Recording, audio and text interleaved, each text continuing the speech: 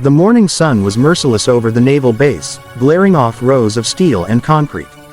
The rhythmic echo of boots faded as training ended and the recruits poured out of the yard, laughing, joking, releasing the tension that had built over hours of drills. At the far end of the corridor near the mess hall, a man pushed a mop bucket across the floor. His uniform was plain gray, sleeves rolled up to reveal calloused forearms. His name tag, cracked and faded, barely showed the words, D. Keller. He moved slowly but with precision, each stroke of the mop steady, purposeful. Chief Petty Officer Harris leaned against the wall, arms crossed, a cocky grin on his face. He was one of the SEALs, sharp, proud, and always loud when others were quiet. He watched the janitor for a moment before nudging one of the younger recruits beside him. "Hey, don't trip," he said, voice carrying across the room. "Sergeant Mop here's running his own command operation, Operation Clean Floor." Laughter broke out among the group, echoing harshly in the polished hall. Keller didn't react, he just kept mopping, his movements unbroken, his gaze fixed on the floor. His silence only fueled Harris further. "Come on, old man," he called out, stepping closer. "You ever hold a rank higher than custodian? Or did they promote you from cleaning the latrines to cleaning the mess hall?" The laughter came again, louder this time. Keller stopped, slowly wrung the mop into the bucket, and straightened up. His back was straight, his eyes steady but unreadable. "Once," he said simply. His voice wasn't defensive, it carried a calm that seemed to settle the air around him. Harris tilted his head, amused. "Once, huh, what was it? Private of trash detail." More laughter followed, but it was uneasy now. Something about the janitor's tone had changed the rhythm. Keller looked at Harris. Not long, just enough. There was a glint of something behind his tired expression, something that didn't belong to a janitor. "Something like that," he said quietly, then went back to work. The moment hung heavy in the air. Harris opened his mouth for another jab, but before he could speak, a sharp whistle from the guard post cut through the laughter. "Attention!" The call echoed across the yard.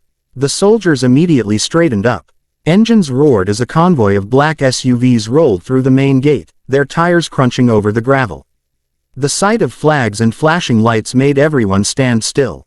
Harris' grin faded. "Who's that?" he muttered. The answer came quick. From the first vehicle stepped General Rebecca Harlan, a figure every soldier on the base knew by reputation alone. Her presence demanded silence, even the wind seemed to hold its breath. She was one of the few four-star generals in the country, and the only woman holding such a command in her division. Every officer on the ground stood at rigid attention. General Harlan scanned the base with sharp eyes, assessing everything from the vehicles to the soldiers' stances. Then her gaze caught something, or someone. Keller had stopped mopping, standing quietly near the entrance with his hands clasped behind his back. The general's expression shifted for the first time, a flicker of recognition softened her face. She began walking toward him, her boots clicking steadily against the pavement. Every soldier followed her movement, confused but curious. When she reached him, she stopped, looking up slightly to meet his eyes. "Daniel Keller," she said with a small, knowing smile. "Didn't expect to find you here." Every head in the courtyard turned.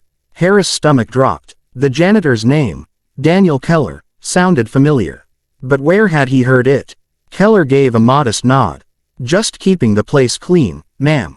"Still humble as ever," she said softly, before facing the stunned SEALs. "You men know who this man is." Harris forced a smirk, trying to recover. "A janitor, ma'am." The general's expression turned cold as steel. "This janitor led my unit in Kandahar," she said sharply. "He saved 36 soldiers during Operation Iron Dagger when our convoy was ambushed.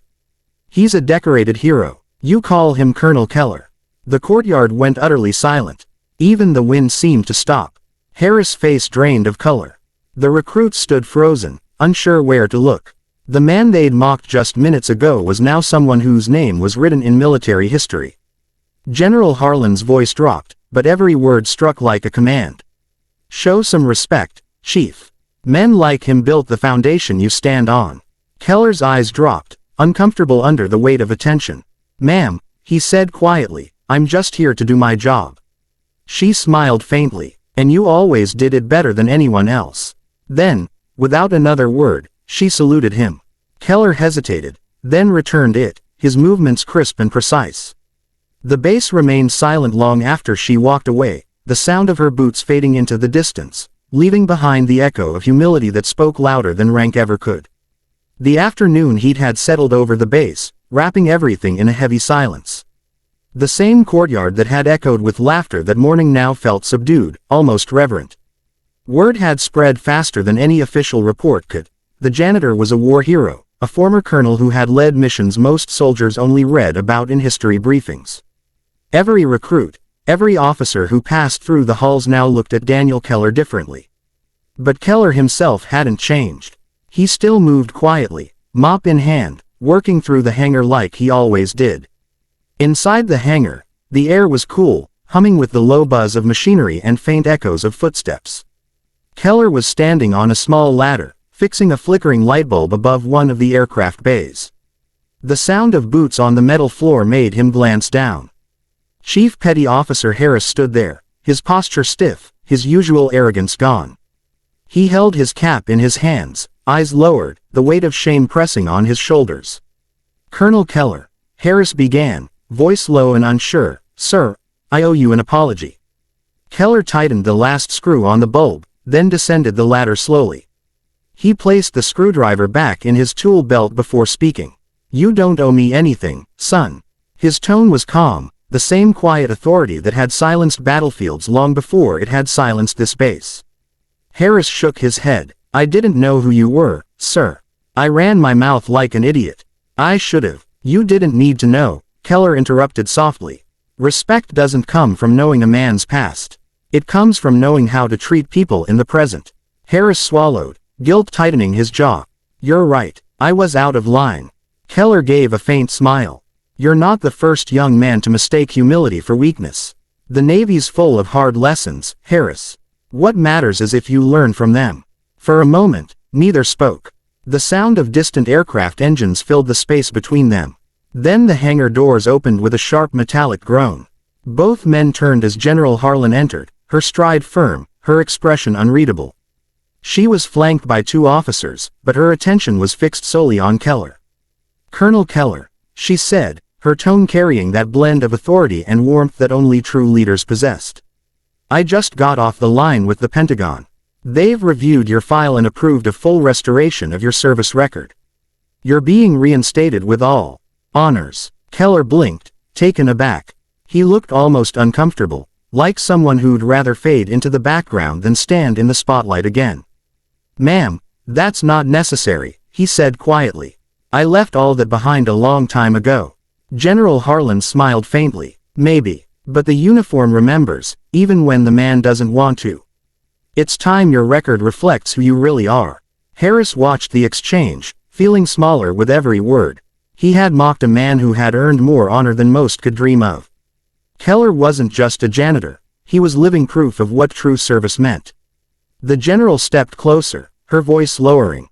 "You once told me that real leaders don't need medals to prove their worth," she said. "But sometimes, the world needs a reminder." She extended her hand. Keller hesitated for a moment, then took it. The younger soldiers who had gathered near the doorway stood silently, their faces filled with respect. The air in the hangar seemed to shift, heavy with realization. Harris slowly came to attention, then saluted. Keller turned toward him and, after a brief pause, returned the salute with quiet dignity. The general nodded approvingly. "That's the Navy I like to see," she said, before turning to leave. Her boots echoed on the floor as she walked out, leaving a silence that felt cleaner than any polished surface on the base. Harris approached once more, his voice softer now. "Sir, if it's all right, I'd like to say thank you, for what you did back then, and for the lesson today." Keller's eyes met his, steady and kind. "Don't thank me, just pass it forward. Respect doesn't cost you anything, but it'll earn you everything." As Harris walked away, Keller picked up his mop again, dipping it into the bucket and continuing his work. The rhythmic sound of the mop gliding over the floor filled the hangar.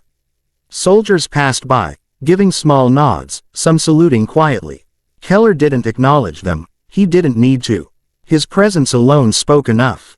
Outside, The flag swayed lazily in the warm breeze, the golden light of late afternoon reflecting off the hangar doors. Inside, Daniel Keller worked in silence, not as a colonel, not as a janitor, but as a man who had already earned his peace. And for the first time that day, Harris understood what true rank looked like. It wasn't worn on the shoulders. It was carried in the heart.